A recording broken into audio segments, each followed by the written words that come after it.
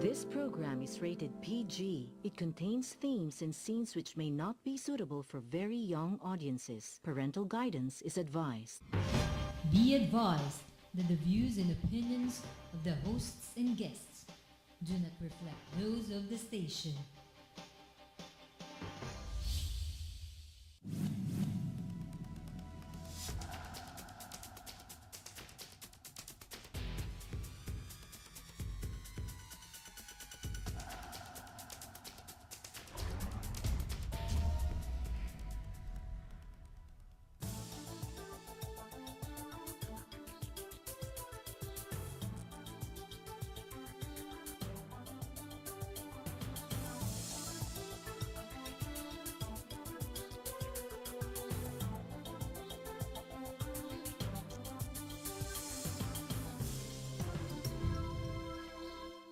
Welcome. After 15 years of fighting what started as the Omnibus Power Bill and became EPIRA, EPIRA, itong issue ng kuryente. And so sa mga OFW na nanonood from all over the world, kasi GNN reaches 3/4 of the world, and to our people here in the country, dumami siguro ang nakakaintindi na major crisis sa buhay ng bawat tahanang Pilipino itong EPIRA, itong batas na tawag EPIRA. Pumipili kami ng pamagat para sa diskusyon ngayong araw na to. Nagamit na namin yung EPIRA, pera-pera lang itong EPIRA, EPIRA. And so I thought to highlight what really is contained in this law. We decided to call our discussion today EPIRA, Electricity Predatory Interests Reform Act. In other words, they created this law to open the country and the 20 million or so families consuming electricity to the predatory attacks of very, very big oligarchs in the world who partner with the local oligarchs. Alam naman po ninyo, almost every 2 months, dito ang ilang mga guests natin talking about this issue of electricity at kung paano tayo niloloko dito at dinadambungan. We are being looted and plundered by this law. Of course, it's always an occasion to recall Mang Naro Luwalhati, the late Mang Naro Luwalhati, who passed away last December, who have been with us in these discussions the past 2-3 years, who was among those, including the late Attorney Sefi Padua, who won us the 30 billion peso refund in 2004 for what Meralco was charging consumers, the corporate income tax, which the Supreme Court under Puno at that time disallowed and forced the refund, and yet ERC brought back that corporate income tax charged to customers through another route, the PBR, performance-based rate. Okay, very familiar na po ninyo itong guest namin na gwapitong matandang Kastilaloy, si Ginoong Jojo Borja, and Jojo Borja is very credible because he also owns a part owner of a local distribution utility. So he knows all the prices of electricity, transformers, poles, etc. And he has exposed the 500% to 1,000% overprice of transformers and electricity poles by Meralco, which is the same overprice pattern that is followed for the rest of the country. Yes. Jojo will go back to that in a while. You also have met Mr. Wilson Fortaleza, who has been here several times on this issue. He's with now Partido Manggagawa, and they have a long history with fighting this issue. We'll ask him to recap that history. And he is also with Nagkaisa, the labor coalition now, including labor representatives in Congress who have banded together to try to confront this issue of EPIRA, the Electricity Predatory Interests Reform Act. And we have the brand new member of our panel, Attorney Raffy Tuvera, who teaches at the Philippine Christian, at Olivares the College. Olivares College, teaching law at Olivares College, but previously also at Philippine Christian Philippine University. Christian And the legal advisor of the movement that we have, Sulo ng Pilipino, the torch of the nation. And that's why we're here. We're carrying the torch to light up the issue that the people may understand. Okay, let's start with Jojo Borja. Jojo, you attended, also Wilson can add to that later on, the Department of Energy parang conference inviting the public on this EPIRA issue. What can you report to our audience? First, I want to react on your statement that predatory, Predatory Interests Reform Act. So, the oligarchs reformed it from, before EPIRA, the people in the industry would make so much money. Kumita na. Magaling na negosyo. Monopoly. But they reform it in such a way that what we use, I was part of that also, but not as a player, but a recipient of the advantages of that movement that was started here in Meralco.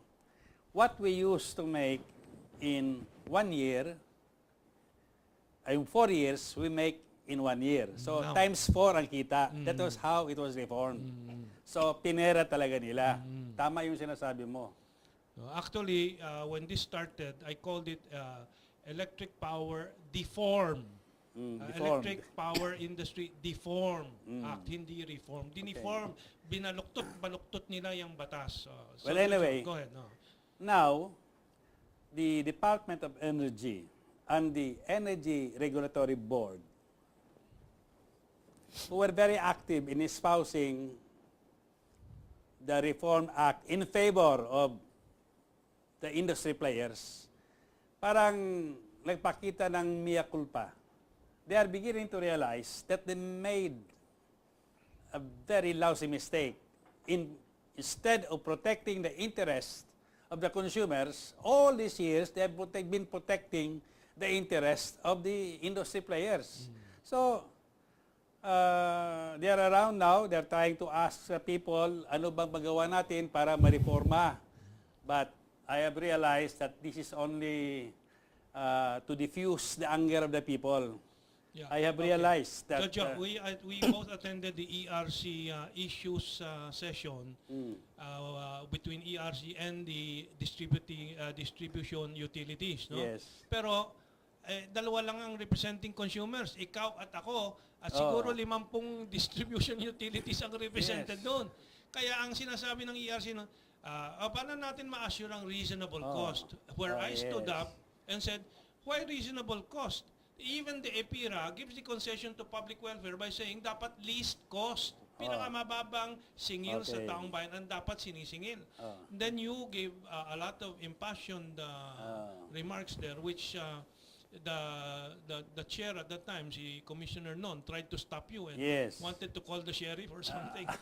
Kwento mo nga yun. Ang kwento ko, kung gusto niyo i-reform ang pabababa yung kuryente, you have to go back to the very beginnings of the new PBR system that you implemented. Because before the PBR, the performance-based regulation methodology was implemented, ang kita ng mga kumpanya ay tama-tama lang. Like for example, Meralco was only making 2 billion. But after it was implemented, naging times 4 agad. Times 4, that's 8 billion. Yes, 8 Pero this past year is 17 billion. 17 billion na. Bakit 17 billion? Kasi merong silang tinatago na kita sa second regulatory period na nahiya sila ipalabas. Kasi after the transition, they should have made not only 6 billion but 26 billion. From 2 billion to 26 billion was too much. Tinatago nila, then sabi nila sa third regulatory period, meron pala kaming under recovery na 20 billion. Kaya nga, sa third regulatory period, bayad tayo sa normal na bayad sa kuryente, pero hinati nila 4 times yung under recovery nila sa second regulatory period na 20 billion, that including the interest, it became 26 billion. Okay. So yun, ang tinatago nila, that's why lumalabas ngayon na 17 billion. Oo. So, it's too much. Now, all this, let's remind the public and Jojo, all this is before pa yung December increase of 4 peso and 50 centavos. Before pa. Oh, iba pa yun. Oh, Iba so, pa yun. doon sa, before pa yung increase ng Disyembre 2013 na nagalit ang maraming tao, overpriced na ng katakot-takot yan. Very important to make. Point to make. But let me go to Wilson ngayon. Wilson, I'm sure that some of the audience na lilito na doon sa mga terms ni Jojo. But this is all documented. I'm not saying this as an opinion. I'm trying to... I can prove it. Yeah, all the data. Sige, babalik tayo dyan kay Jojo and all this data. But si Jojo expressed certain terms that I'm sure the public gets confused about. Ano ba second regulatory period? Anong third regulatory period? Bakit ang daming mga termino na hindi naintindihan ng public? Is that wise to have a law that people cannot follow and understand, Wilson? Ang posisyon namin diyan, kapag ang rate methodology mo sa pagtatakda ng presyo ng kuryente ay napakakomplikado, hindi maintindihan ng consumer, huwag yan ang ipatupad mo kasi mayroong simple. At nanggaling na tayo sa sistemang mas simple, yung return on rate base, the RORB. At wala namang criticism doon sa system noon, except that you just moderate the grid of a particular corporation to 12%. Pinalitan ito under EPIRA kasi binigyan ng powers ng Congress ang Energy Regulatory Commission to look for another way of regulating the power industry under the privatized and regulated setup. So, ang naisip nila, performance-based rate. So, ito yung sinasabi ni Jojo na may first regulatory period, mayroong second, The regulatory third na period tayo. is 4 years each, di ba? Yes. Yeah. 4 years Tapos each. nire-reset yan every... Ano yung regulatory period? Anong nilalaman nun? Di ba? Sige, go 4 ahead. years. Every 4 years. Mangangako ngayon si Meralco or any utility na mag-apply for PBR, mangangako siya na i-deliver namin sa mga consumers ang ganitong kahusay o ka-efficient na serbisyo, that is performance, pero para namin ma-deliver yon ay eto ang rate na gusto naming singilin sa taong bayan. Ang difference nito dati, sa RORB, it is the shareholders of a corporation that shells out the capital para gamitin nila, ma-deliver yung serbisyo. Sa PBR na baliktad, consumer ang mag-a-advance. So, hindi lang ito kumita ng 4 times, Jo. No? Ang industry ngayon ay kumikita in advance. In advance. Di ba? So, yung CAPEX, yung capital expenditure nila, ay pwede na nilang singilin ng mas maaga through the performance-based rate.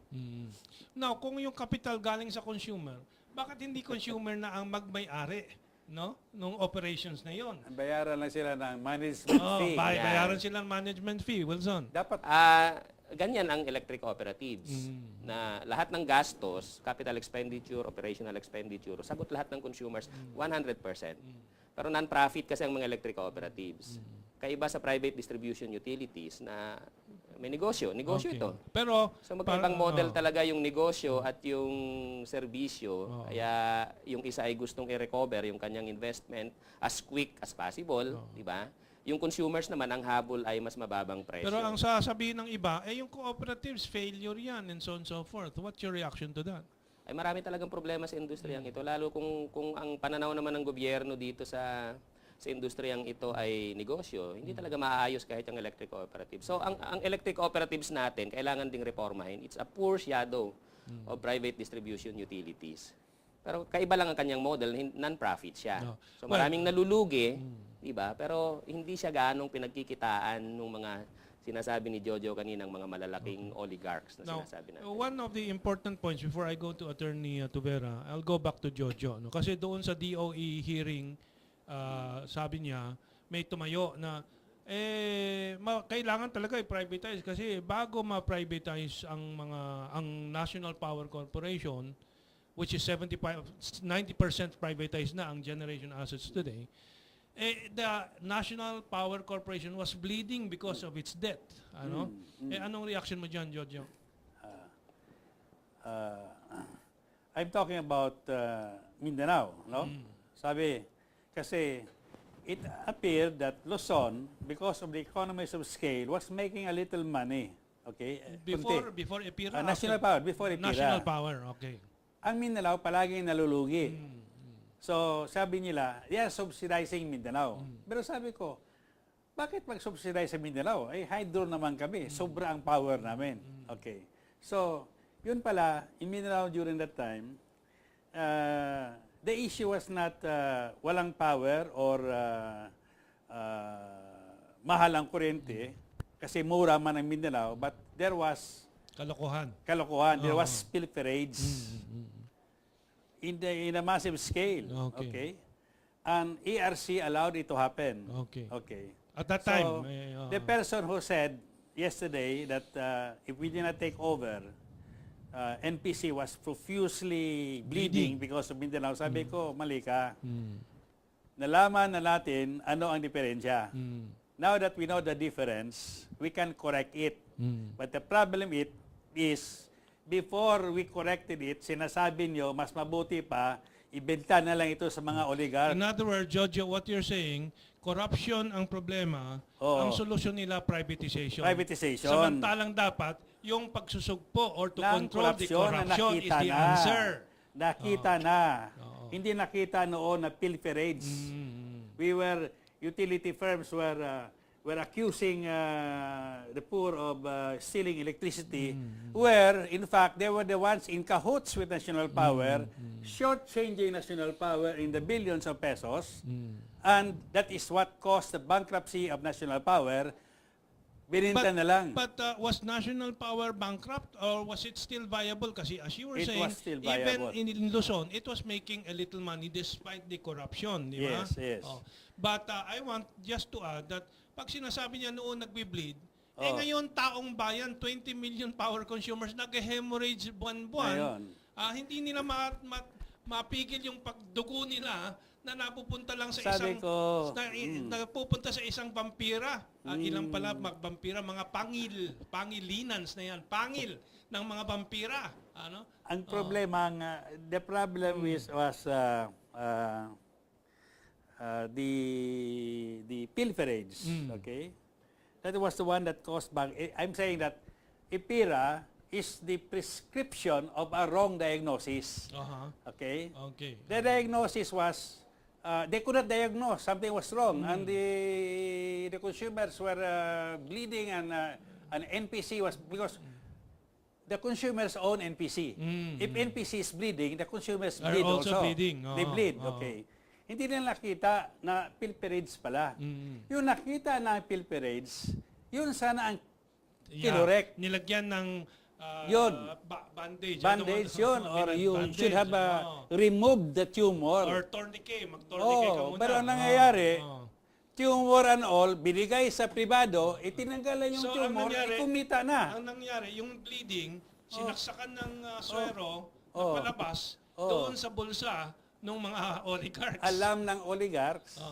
Because they were the ones in cahoots with NPC. That's right. They were the ones, you will see that in the internet. Sila din ang Pero tingnan mo yung ano. Makikita mo ang pilferage. Let's listen to Wilson and I'll tingnan natin ngayon yung irony nung situation. Kung sinasabi nila na NPC is not viable, look at the picture right now.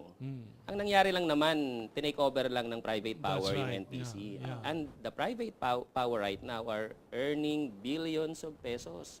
So that answers the non-viability of NPC. Si Jojo ang nagsasabi mismo, pininturahan lang yung mga barges, kumita na. Di ba? Ni-repair lang ng konti itong mga di ba? Binili nila itong planta ng Napocor, then kumikita na ngayon. So anong argument let's ask the legal advisor of Sulu ng Pilipino, what is reaction? Kasi we asked him to study some of the papers, no? Sa privatization itself, in relation to the constitutional provisions protecting the people and the government, anong mga nakita mo, Attorney the Tuvera? first thing that I noticed here is the monopoly of the government over the electric power industry has been broken up. Mhm. And there is really nothing wrong with government exercising monopoly Mhm. over anything. Because if that will serve the common good, then it's perfectly fine. It will be within its police power. Okay. The EPIRA sought to take away, or it has bargained away, the police power of the state by mere legislation. So that's the first glaring mistake here. Secondly, the creation of the ERC seeks to take away from the President the control over administrative bodies by calling it an independent body, which is really not an independent body because it exercises quasi-judicial functions. And, well, even the other independent commissions like COMELEC and so on, and ano bang ibang mga commissions dyan? Civil Ombudsman, Service Commission. Civil Service Commission, and so on. The heads of these and the other appointed members of these can be removed by impeachment. By impeachment, Pero yes. from what you tell us, in the ERC, there is no provision for removal. There is no provision for the removal of the members of the ERC. Unlike the independent bodies in the Constitution, they may be impeached. They may be removed by impeachment. Oh. So They're very powerful. Pero talagang parang may jurisprudence na ang go Supreme ahead. Court. Go ahead, And Wilson. this is the basis of akbayan for filing an administrative case against Ducot before the office of the President. Kasi mayroong jurisprudence ang Supreme Court na dahil silent nga yung EPIRA on the way how to remove or to revamp or reorganize the Energy Regulatory Commission. So kapag silent, sabi ng Supreme Court, ay magpo-fall under the jurisdiction of the office of the President. So ganun daw ang sabi ng Supreme Court, so ganun ginagamit. But the Malacanang is saying they can do nothing about this, di ba? No, and Almendras himself, when I asked him, when I started complaining that ERC was really abusing, ang sagot ni Almendras sa akin, Mr. Borja, even if I recommend to the President to terminate ERC commissioners, we cannot do it because they have security of tenure. That is what the Secretary told me, Almendras. Yeah. Okay. So hindi pwede. So let's go back because I asked you that question, no? You have to prove. Is it true that Malacanang is helpless? Well, no, for two reasons. First, under Section 7 of Article 7 of the Constitution, the President has the duty to see to it that all laws are faithfully complied with by those who are under him.